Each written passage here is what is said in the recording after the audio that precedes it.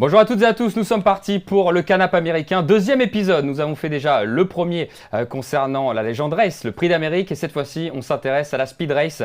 C'est tout simplement le prix de France, avec notamment la revanche du prix d'Amérique, avec cette finale qui fait partie de la compétition prix d'Amérique Races the Turf. On vous a posé 10 questions sur equidia.fr et l'idée c'est de les comparer avec nos deux professionnels qui sont avec nous. Nous sommes dans la Social Room sur l'hippodrome de Vincennes. Nous sommes avec vous sur le Facebook donc d'Equidia et du Trot. Je vous présente tout de suite mes deux invités, Mathieu Abrivard et Nicolas Bazir. Bonjour messieurs. Bonjour à tous. Bonjour.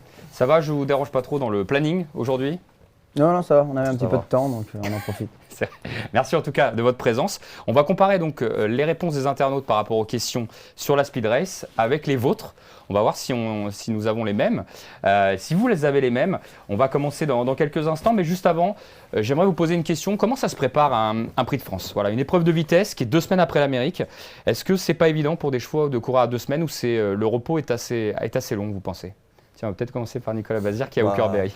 Ça dépend pour chaque cheval est différent de toute façon, mais ouais, c'est. De toute façon, le cheval, on essaie de l'amener à 200% pour le prix d'Amérique, donc après, généralement, il est prêt, quoi.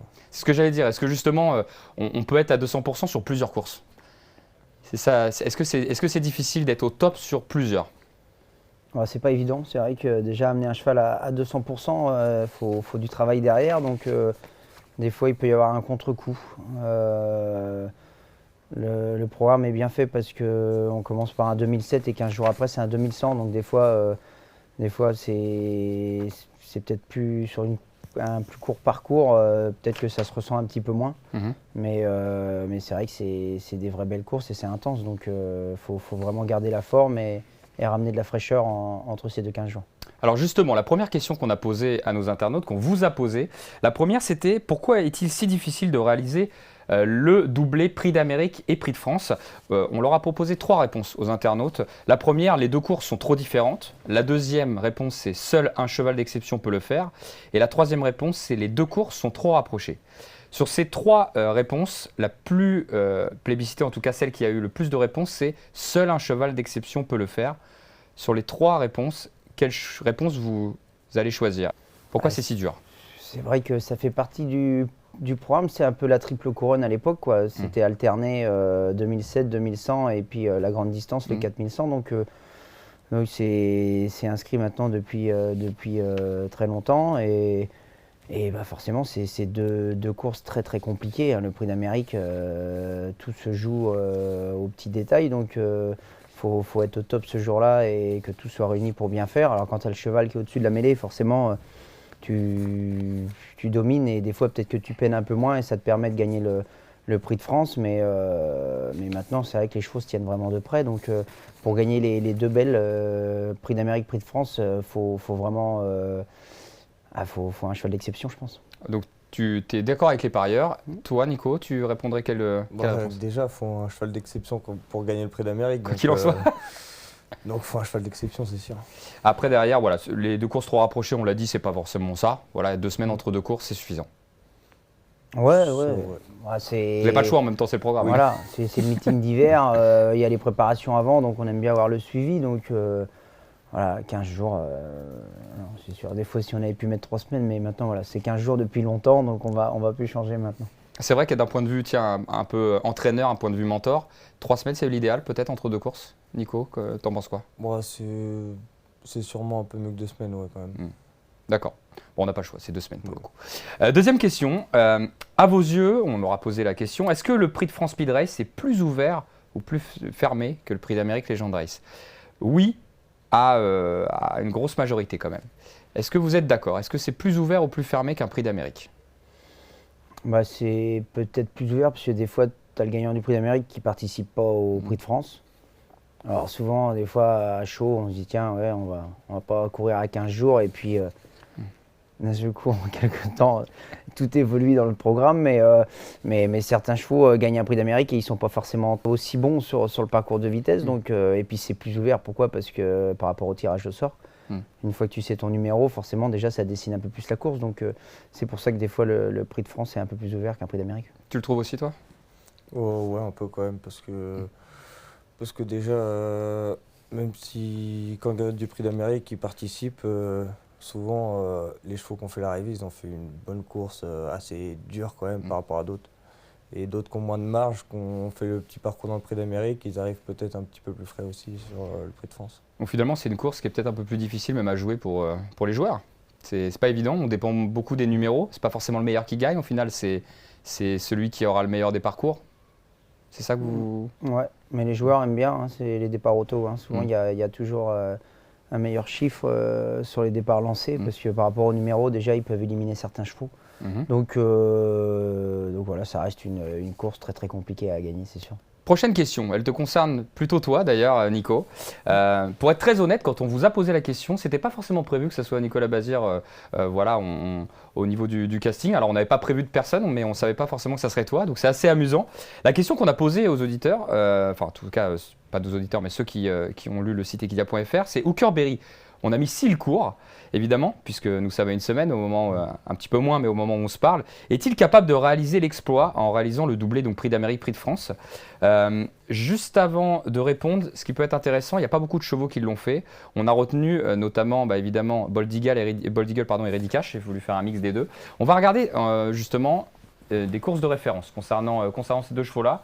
On va commencer par la première. On a Bold Eagle, voilà, que l'on voit à l'image, qui a réalisé notamment le doublé. Là, on le voit, c'était en 2016, hein, qui s'imposait assez facilement. Bon, le temps n'était pas forcément au rendez-vous ce jour-là. Est-ce que d'ailleurs, quand vous avez une piste comme ça qui est différente, ça joue énormément par rapport à une piste qui est clean, on va dire, avec un beau temps? C'est une manière différente de driver? Bold Eagle, lui, c'était toujours un petit peu embêtant parce que c'est un cheval qui courait ferré. Et avec une ferrure avec du confort, donc quand la piste était un peu plus pénible, forcément, il allait beaucoup moins vite, il peinait beaucoup plus. Donc voilà, il était vraiment au-dessus, lui, parce qu'il a tout gagné ferré. Donc voilà, mais après, le reste, pour les chevaux des ferrés des 4, on est à Vincennes quand même. Ça change rien. Non. Ready Cash, 2011. On va voir Ready Cash courir en 2011, qui va notamment s'imposer dans ce Prix de France. Allez, les images commencent à remonter un peu, hein, ça fait une dizaine d'années. Bon là, la piste n'est pas la même chose, hein. On voit qu'il domine quand même assez facilement. Bon, il y avait quand même un peu d'opposition à la corde. Donc voilà, un doublé qui n'est pas facile à faire, en tout cas, c'est pour ça qu'on voulait le montrer, que ce soit à vous ou évidemment ceux qui nous regardent, c'est qu'il faut avoir un cheval d'exception, effectivement, pour le faire. On revient à Hooker Berry, donc on a posé la question à nos internautes, Hooker Berry est-il capable de faire le doublé? Et on est quasiment à un tiers qui dit oui et 2 tiers qui dit non. Est-il possible de faire le doublé, tu penses? Bah ouais, mais c'est la même question qui se pose qu'avant le Prix d'Amérique, quoi. Faut qu'il ait un parcours super fluide et qu'il soit pas trop loin de ligne droite, mais oui, il est capable. Quelle qualité tu lui trouves, toi, Hooker Berry, même si tu ne lui es pas associé, quand tu le vois trotter comme ça? Il est maniable, quoi. Il est vraiment efficace. Il est là depuis l'âge de 2 ans et il a fait que de progresser, s'endurcir. Mais déjà à 2 ans, on sentait qu'il avait beaucoup de facilité. Et donc il a fait que d'évoluer, quoi. Il s'est endurci et l'autre jour il s'est envolé, quoi. Il a eu la course parfaite, mais il a vraiment fait la différence en quelques foulées. Donc il est capable de faire le doublé. Après, il lui faut quand même un numéro intéressant. S'il fait plus d'efforts que les autres, forcément, il n'a pas la marge de faire le tour des autres. Mais il a pour lui que c'est un cheval qui est très très maniable et c'est un gros avantage. Bon, rendez-vous ce dimanche, on le verra effectivement avec cette revanche du Prix d'Amérique. Question suivante. Quel cheval vous a le plus impressionné dans l'histoire de cette épreuve, ce Prix de France? Alors, il faut faire appel à sa mémoire, c'est pas évident, parce qu'on retient volontiers beaucoup de Prix d'Amérique, mais le Prix de France, c'est une épreuve qui n'est pas forcément en dessous, mais c'est moins plébiscité que le Prix d'Amérique. La plupart ont répondu Bold Eagle en premier, Ourasi en deuxième, et Ready Cash en troisième. Est-ce que c'est un autre cheval qui vous a impressionné, ou déjà parmi les 2 courses de référence que l'on a vues, ça vous paraît être l'un des 2? Un peu plus vieux, toi, Mathieu. Oui, moi j'ai souvenir du record de Cool Duco avec Lady de Vrossi qui avait dévalé la descente très très vite. Et du coup le record avait été établi comme ça, mais je me souviens de cette course et on a mis du temps à pouvoir battre ce record. Donc voilà, cette course-là m'avait marqué. Et après, étant jeune, ouais, c'est sûr, c'est des courses qui marquent. Donc voilà, mais... Plus récemment, toi, ou pas, Nico, sur tes souvenirs? Ouais, dans mes souvenirs, en plus j'ai pas une grosse mémoire, donc... mais là, quand Davidson il avait gagné devant FaceTime, c'était une belle course. Évidemment. pour l'écurie familiale. Oui, pour nous, mais tactiquement, c'était une jolie course à voir. Pour être honnête, ouais, FaceTime était peut-être au-dessus et Il que c'est l'était. tactiquement que ça a été gagné. C'est ça. C'est ça qui t'a C'est marqué? le pilote qui a gagné et voilà. Rappelons le pilote, hein, Jean-Michel Bazir. Jean-Michel Bazir. C'est vrai, Jean-Michel Bazir, il est souvent là au bon moment. C'est un mec sympa. Ça doit être une bête noire, Jean-Michel Bazir, dans un peloton, non, Mathieu? Ouais. D'ailleurs, Nico, toi aussi, hein, parce que tu es souvent Oui, aussi oui, contre ton oui. père, mais est-ce qu'il est vraiment embêtant à battre? Ah bah ouais, il vaut mieux être avec lui que contre lui, c'est sûr. Vaut mieux être dans son dos que ce soit lui qui soit dans ton dos. Ouais, parcours. ouais, ça dépend, mais ouais, c'est sûr qu'il faut toujours avoir un œil dessus. Ok. Allez, on continue. On a fait la moitié du chemin bientôt. La prochaine question, c'est la 5e. Pensez-vous que le record de vitesse puisse être battu cette année? Record, rappelons-le, Vivid Wizard, c'est un cheval qui te parle, Mathieu. On va revoir justement ce record. Il l'avait fait en 1,97. Ce record, c'est pas évident à battre puisque c'était l'année dernière hein, d'ailleurs. Hein. C'est tout récent. Ce jour-là, effectivement, on va voir la ligne droite finale. Il faisait un chrono exceptionnel. Mathieu, est-ce que tu penses qu'il peut être battu dans cette édition? Alors, ça ne sera pas forcément Vivid, mais on te le souhaite. Mais... Bah, faut que le temps soit parfait, quoi. Hein. L'année dernière, il faisait beau, il n'y avait pas de vent. Donc, il faut beaucoup de choses. Hein. Mais un peu de vent, un peu de pluie, et tout de suite, tu as du mal à battre un record. Donc, voilà, il faut que tout soit réuni pour bien faire.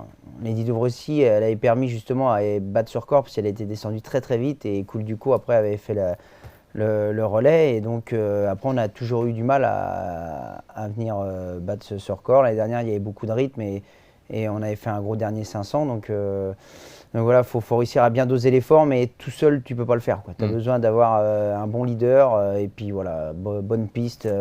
Bonne météo et puis tous les records sont faits pour être battus, c'est sûr. Mais est-ce que parmi le peloton, alors il n'est pas encore officiel le peloton, mais on a quand même une visibilité, toi Nico, est-ce que tu penses qu'il peut être battu cette année avec le peloton? On a quand même des chevaux de vitesse qui partent en première ligne? Bah, Des gros ouais, chevaux de vitesse? c'est possible, je pense. Hein, mais pour le coup, c'est pas sûr du tout. Alors on est déjà descendu en dessous de ce chrono-là, hein, pour le coup, hein, mais pas dans le Prix de France. C'est surtout ça. Alors, j'ai pas dit la réponse des internautes, effectivement. C'était quasiment kiff-kiff. Hein. Pour eux, c'est plutôt non. Mais je pense qu'ils sont pareils. Ils se disent que ça dépend du cheval, ça dépend du parcours. Prochaine question. Si vous deviez choisir un numéro derrière les ailes de la voiture, vous prendriez lequel? C'est simple. Le 2, le 3, le 4, l'As. Voilà. Quel numéro vous prendriez? Moi, j'ai gagné avec le 1 l'année dernière. Je boudais avant le coup. Comme quoi? donc voilà. Non, je pense que... à ce niveau-là, 2, 3, 4, t'es bien quoi. Mais si tu dois en prendre un? Le 3. Le 3. Bon, le 2, c'est simple, tu vas tout droit. Ok. Simple. T'es bien placé? Ouais, voilà. Tout de suite. Le 3 ou le 2, alors les réponses, évidemment, la plus ressortie, ça reste le numéro 4, hein, au niveau de ceux qui ont répondu au sondage, et derrière, 3, 5 et 2. Évidemment, on parle de la première ligne. Est-ce que vraiment, en deuxième ligne, quand vous avez un numéro 11 qui part finalement derrière le deuxième, ou un numéro 12, c'est si embêtant que ça? Parce qu'on peut se retrouver tout de suite dans un bon dos aussi. Ah ouais, mais je préfère être en seconde ligne derrière des bonnes roues en dessous le 4 que... Que tout à l'extérieur de la première ligne? Ah ouais, c'est sûr. Donc, Plus compliqué, Nico, aussi, ouais. tu penses? Oh ouais, c'est sûr, il vaut mieux avoir le 11 que le 9. Ok. Bah, écoute, on vous souhaite en tout cas d'avoir un bon numéro au départ de ce dimanche. Prochaine question. Est-il possible de gagner encore tête et corps dans une course comme celle-ci? Pour moi, ça paraît difficile quand même. On le voit, c'est de plus en plus dur. On en parle. Hein. C'est dur quand même de gagner maintenant à la manière d'effort parce que le niveau se resserre. Cet hiver, dans les courses de chevaudage, forcément, à un niveau moindre, on n'a pas vu des courses où ça démarrait vite, en fait, derrière l'Autostar. Après, ça reste un Prix de France, donc forcément, déjà la voiture, elle est réglée pour aller plus vite. Donc, ça t'entraîne. Mais oui, forcément, tu veux te placer, donc faut tout de suite être là. Et puis, il y a un semblant de coup de frein, mais c'est un effort pour venir devant. Donc, c'est vraiment pas évident d'y aller tête et corde jusqu'au poteau. Ouais. Oh bah oui, c'est ça. Avant le coup, en plus, faut avoir un peu de marge, quoi. Donc, et là, dans les courses de ce niveau-là, t'as personne qui a vraiment de la marge avant le coup. Bah, y en a un qu'on avait peut-être, il s'appelait Ready Express en 2019, qui a gagné tête et corps dans cette épreuve. On va revoir d'ailleurs sa ligne droite, ça va nous rappeler quelques souvenirs. C'était évidemment avec pas mal d'avance en plus, hein, quand même. Hein. Ready Express avait gagné tête et corps dans cette épreuve. On voit derrière que ça se bataille pour les places. Est-ce que vous avez quoi comme souvenir de Ridley Express qui finalement a arrêté sa carrière assez tôt, hein, puisqu'on l'a pas vu courir 50 courses, hein. Quel souvenir vous avez de lui? Est-ce que pour vous c'était vraiment l'un des meilleurs de ces 10 dernières années? Oh, bah, à 100%, il était vraiment bon, quoi. Il était difficilement prenable, quoi. Il était à 100%. C'est dommage qu'on ne l'ait pas vu très longtemps, mais c'était un vrai. Quel est un bon souvenir aussi, Ridley Express? Ouais. Bah ouais, il avait été venu gagner l'UET et un cheval bien dans sa tête, fils de Reddy Catch, et il était dur. Il pouvait aller devant et là cette année dans le Prix de France, il avait le bonnet fermé première fois. C'est vrai qu'il avait fait grosse impression, quoi. Donc non, il n'est pas venu longtemps, mais il est bienvenu. Ouais, il est bienvenu, c'est sûr. En tout cas, les internautes ont dit que c'était encore possible de gagner TT Corne, mais de pas beaucoup. Donc je pense que c'est pareil, ça dépend du cheval. Je pense que cette réponse va avec. Prochaine question, la 8e, sur les 10 qu'on vous a posés. Si vous deviez remporter l'une de ces deux grandes épreuves, laquelle choisisseriez-vous? On a pris le Prix de France Speed Race et on lui a opposé l'Elite Lopette. Parce qu'évidemment, ça se court aussi sur la vitesse, c'est pas la même distance, hein, rappelons-le, 2100 mètres, le mile. Si vous deviez remporter une de ces deux épreuves, alors toi tu as déjà gagné effectivement le Prix de France, mais voilà, si tu ne l'avais pas gagné, tu aurais choisi quelle épreuve? Non, je reste en France.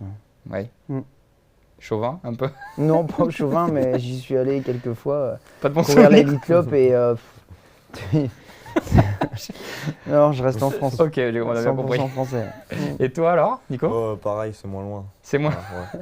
Mais pour le prestige, voilà, est-ce que l'Elite Lopette c'est pas plus gros que le Prix de France? C'est une vraie question. Ah ça. bah oui, déjà rien que la location et tout, et c'est sûr, c'est une course mythique, hein, mais On reste à la maison. ah ouais, faut la courir en batterie, c'est beaucoup plus compliqué, hein. Ouais. J'étais invité à y aller, mais t'es pas sûr de courir la belle, donc t'as deux coups. Tu peux te louper. C'est vrai que si tu vas là-bas, que tu fais une batterie, mais que tu vas pas en finale, Ah c'est ouais, quand même t'es non, comme ça un peu. Et puis en plus, tu peux prendre des prunes, et puis non, Ça on mange sera un bien autre en sujet qu'on France. évoquera un jour, c'est les fameuses amendes que les Français prennent quand on va là-bas, hein. C'est vrai qu'il nous faut pas de cadeaux, hein. Du tout. Voilà. Bon. Merci pour votre témoignage. En tout cas, c'est kiff-kiff, hein, du côté des internautes. Alors, eux, ils drivent pas, hein, pour le coup, mais eux, pour eux, ça a le Prix de France et l'Elite Lopette est à peu près sur le même pied. 9e question. Quel profil de cheval choisisseriez-vous pour piloter dans cette course? C'est-à-dire que là, avant l'épreuve, imaginez, vous n'êtes pas assis, mais vous avez deux chevaux à peu près équivalents. Est-ce que vous prenez un super finisseur qui peut faire une grosse ligne droite, ou vous prenez un métronome mais qui est dur comme de la pierre, qui a qu'un train au départ de cette épreuve? Voilà. Je donne pas de nom de chevaux, mais voilà. Si vous aviez deux profils différents, vous prendriez un finisseur ou un cheval très dur? Faut un cheval dur, hein, pour gagner le Prix de France quand même, parce que c'est un parcours court mais intense, donc faut pas croire que les chevaux durs, justement, ils aiment bien ce genre de parcours. Mais ouais, c'est pas évident. Ah, quand tu peux aller de l'avant, faire le patron dans un peloton, t'es quand même mieux que subir et attendre la pointe de vitesse, quoi. Oui. Ah ouais. Plutôt dur ou plutôt finir, toi, Nico? Oh, plutôt finir. J'allais dire, t'es plus un finisseur, toi, quand même. Hein. Ouais. On te voit rarement aller devant, un peu méchant, etc. Non, c'est pas trop mon truc, ça. Ouais. Oh, je sais pas trop à quelle vitesse je vais en plus. T'as pas de chronomètre, toi? Tu cours. Donc plutôt un finisseur pour toi? Oh ouais, je pense, parce que c'est tout ou rien. Tu sais que si t'as fait des extérieurs, tout ça, t'es mort, mais si t'es à peu près où tu veux tout de suite, tu vas pas taper loin. Bah, dimanche, on verra bien qui peut prendre la tête. Je ne sais pas si un Don Fanucci Z peut peut-être répéter. Qu'est-ce que vous avez pensé d'ailleurs, si je peux me permettre, de sa performance dans le Prix d'Amérique? Il n'a pas couru depuis plusieurs mois. Il a quand même craqué finalement. Alors au Curberry, bon, il a vu passer au Curberry, ça c'est sûr, mais derrière, il a craqué peut-être que dans les 200 derniers mètres. Vous l'avez trouvé bon, ce Don Fanucci? Ouais, Vous en Johan, il méfiez? découvrait. Johan, après la course, c'est vrai qu'il émettait quelques regrets parce qu'il découvrait totalement le cheval et tout, mais il a vraiment eu des bonnes sensations. Donc, non, c'est un vrai bon cheval. Il a gagné l'Elite Lop, justement, très jeune. Première fois des 4, et l'autre jour, il a été bon. Hein, donc, il faut s'en méfier. Soit il rebondit sur son Prix d'Amérique, dans le Prix de France, soit il a plus de pattes et il va finir en remorque. Et t'en penses quoi, toi, Nico? Tu penses qu'il va rebondir ou tu penses que... Ah bon, on verra bien, mais ouais, c'est sûr que c'est un bon cheval et je pense que avec une autre course avant, sans faire une rentrée comme ça, il aurait été dangereux. Une bonne course gentille, je pense qu'il aurait été que mieux et il aurait pu être aussi bien deuxième. Bon, on verra bien. Écoutez, déjà, ça serait bien que ce soit encore Johan Le Bourgeois qui lui soit associé, puisque c'est pas encore déclaré, mais bon, on sait qu'Jörgen Kihlström est quand même le premier driver de Daniel Redden, donc parfois le jeu des chaises musicales fait que vous n'êtes pas assuré du coup. Mais c'est bien, c'est qu'on a du spectacle avec Johan Le Bourgeois, c'est ça qui est bien. Dernière question, et après je vous libère, messieurs. C'est une question, c'est peut-être la plus difficile, mais c'est fait exprès. Si vous deviez participer à une édition du Prix de France Speed Race, lequel de ces chevaux choisisseriez-vous? Donc sur lequel vous voulez être assis. Je vous propose FaceTime Bourbon, je vous propose Bold Eagle, je vous propose Ready Cash, je vous propose Ridley Express et je vous propose Vivid Wizas. Je vous propose ces 5 chevaux-là. Vous êtes au départ, avec ces 5 chevaux-là, vous avez le droit d'avoir le numéro 2, le numéro 3, vous choisissez le numéro que vous voulez. Ok? Vous vous asseyez sur quel cheval? Alors, j'ai pas mis Hooker Berry, je suis désolé. J'ai pas mis Davidson Dupont, c'est vrai aussi. On aurait pu mettre Davidson. Mais parmi les 5, FaceTime Bourbon, Bold Eagle, Ready Cash, Ridley Express, Vivid Wizas, Nicolas, tu choisis quel cheval? Moi, je pense FaceTime Bourbon. Il a jamais gagné. Hein. Non, mais bon, pourquoi pas avec moi. Tu l'aurais fait gagner. Mathieu Abrivard. Bah, moi, c'est moche. Hein. Dans la liste, il y a mon cheval quand même. Mais c'est fait exprès. On est là pour ça un petit peu. Hein. On est là pour titiller. Voilà. Donc j'espère qu'il ne m'écoute pas, mon cheval. Mais pareil, je suis comme Nico. FaceTime, il ne l'a jamais gagné, mais il était capable de démarrer, prendre le train à son compte, aussi bien aller devant que finir. Enfin, c'était un grand champion. Hein. Il pouvait tout faire. Donc avec lui, tu pouvais te permettre avec FaceTime, tu pouvais te permettre plusieurs tactiques. Donc voilà, pour enlever la pression, FaceTime. Bah écoutez, l'émission était là pour comparer vos avis à celle de ceux qui ont répondu. Ils ont répondu aussi FaceTime Bourbon. Devant Bold Eagle, Ready Cash en 3e, Ridley Express en 4e et Vivid Wizas en 5e. Ça paraît plutôt cohérent. On est en plus, surtout souvent, les gens ont une mémoire. Voilà, c'est suivant la mémoire du plus récent, quoi. Parce que c'est vrai que c'est plus dur de sortir un cheval comme Ridley Express qui est étranger ou autre. Ok, donc FaceTime Bourbon, voilà, si vous aviez le choix, avec un numéro 2 ou 3, c'est ça en gros? Le 9, pareil. Avec le 9, je veux bien. Même avec le 9, vous voulez bien. Bon, bah écoutez, on en a terminé, messieurs. Merci beaucoup, Nicolas Bazir. Merci beaucoup, Mathieu Abrivard, d'avoir été avec moi pour ce Prix de France. Qu'est-ce qu'on peut vous souhaiter, voilà, à part une victoire, j'imagine bien, mais il y aura le tirage au sort d'abord. Voilà, si on nous écoute, numéro première ligne bien placé, c'est ça? L'année dernière, c'est moi qui faisais partie du tirage au sort. Ah oui, c'est vrai. Ça m'avait porté chance, s'il faut y retourner cette année. Non, mais t'avais pris quoi, le numéro 1 l'année dernière? Ah bah ouais, j'avais eu un. Ouais, c'est pas mal. Oui, bah ouais, j'étais. Ouais. Je voyais les numéros qui sortaient à fur et à mesure et pas mon nom, j'ai mis le 1. Et finalement, ça l'a fait. Ça l'a fait. Et comment va Vivid, d'ailleurs? Il va bien. Je pense qu'il manquait d'une vraie bonne course ce jour. Il a fait la faute parce qu'il avait les jambes un peu lourdes. C'est vrai qu'à chaud, je t'ai senti, je me permets, un peu déçu peut-être après la course. Tu as eu le parcours, tu étais derrière Hooker Berry, je crois en plus. Enfin, derrière Flamme du Boutier et Hooker Berry. Ouais, je pense que je serais venu bien finir et tout, mais bon, voilà, la préparation n'a pas été idéale. Donc, si on n'a pas fait trop le fou l'autre jour, il va rebondir là-dessus, c'est sûr. Tant mieux. Et puis Hooker Berry, bah voilà, au départ normalement de cette épreuve, c'est ça? Ouais, normalement, ouais. Super. Merci beaucoup Nicolas Bazir, merci beaucoup Mathieu Abrivard. Merci beaucoup d'avoir répondu, vous, au sondage. J'espère que ça vous a plu. Voilà, ce canap américain spécial Prix de France Speed Race. Venez à l'hippodrome, bien entendu, dimanche, vivre cette épreuve exceptionnelle. Et nous, on se retrouvera évidemment pour la dernière avec la Marathon Race, le Prix de Paris. À très bientôt tout le monde.